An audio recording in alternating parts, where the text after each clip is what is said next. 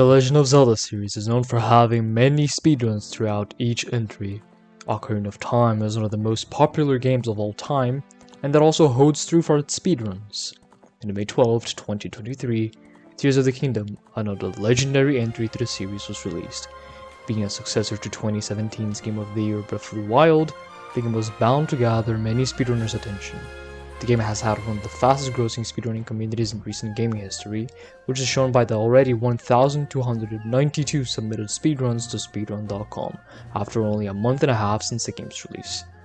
Among all the categories present in the game, such as 80%, all dungeons, all shrines, and 100%, there is but one category that stands out among all of them to me, and that is the Master Sword category.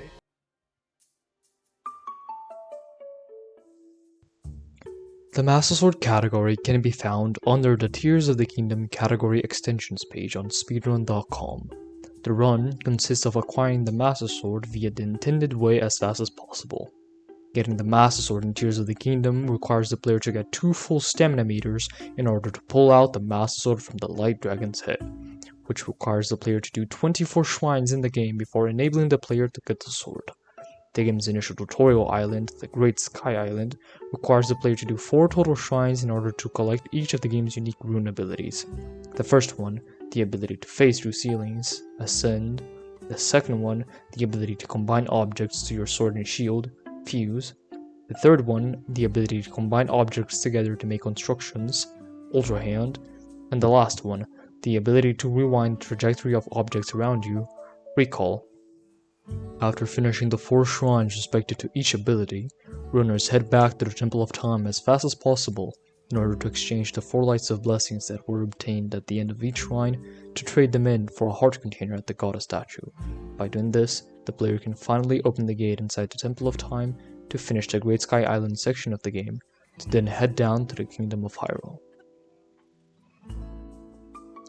Now, you must be sitting there wondering, okay, this is cool and all, but this just looks like a regular Tears of the Kingdom speedrun so far, so why does it suck so much? Well, allow me to explain. Here starts the first problem.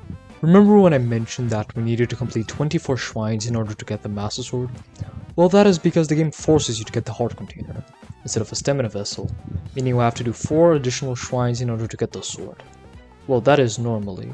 Speedrunners found out that a glitch that we call Zuggling Overload can be used to clip underground early to exchange the heart container that we obtained earlier for a stamina vessel at the bargaining statue under Lookout Landing, making it so where the speedrun only requires the player to do 20 total shrines in order to get the Master Sword.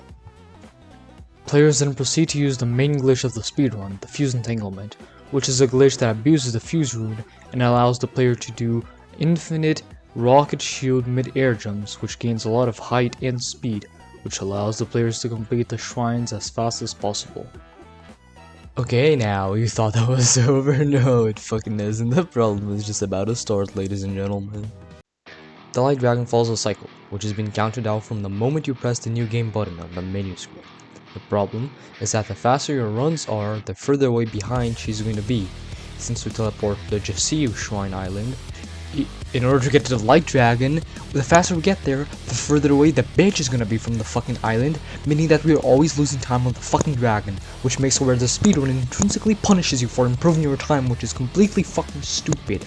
This makes the speedrun absolutely horrendous, as it is completely counterintuitive, and not to mention that since the Light Dragon cycle timer starts counting from the moment we press the new game button, we cannot skip the 4-minute long intro cutscene nor the 7-minute gameplay section before getting the Decayed Master Sword.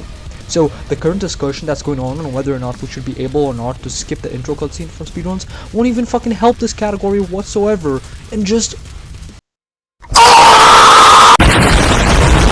And that's why you shouldn't watch Linkube, that German wannabe, 朋友是一个坚韧不拔的纪录片 and instead watch me at twitch.tv/zerophillips as I try to get the world record for this stupid ass category that I helped you out in.